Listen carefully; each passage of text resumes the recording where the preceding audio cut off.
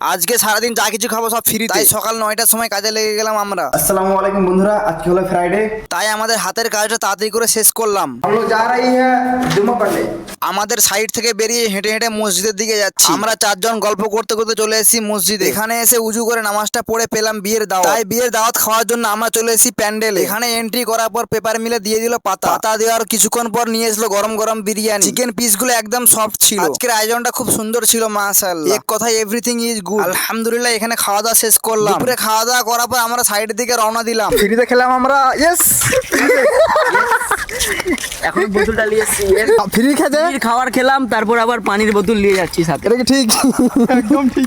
আমরা যাচ্ছি চা খেতে। ঠিক বিকেল 5টায় আমরা দোকানে গিয়ে নিয়েছিলাম একটি বিস্কুটটি খাওয়ার পর চায়ের পয়সা দিয়েছিল ইয়াস দা। তারপর আমি ইঞ্জিনিয়ার গাড়িতে করে যাচ্ছি নাস্তা দোকানে। এখানে এসে সমস্ত কিছু একটি একটি করে নিয়ে নিলাম। স্যারের গাড়িতে করে চলে এসেছি সন্ধ্যার নাস্তা করতে। স্যারকে থ্যাংক ইউ জানিয়ে খাওয়া দাওয়া শুরু করলাম। আজকে সমস্ত কিছু ফ্রিতে খেলাম, খেয়ে মিনি ভ্লগটি শেষ করলাম।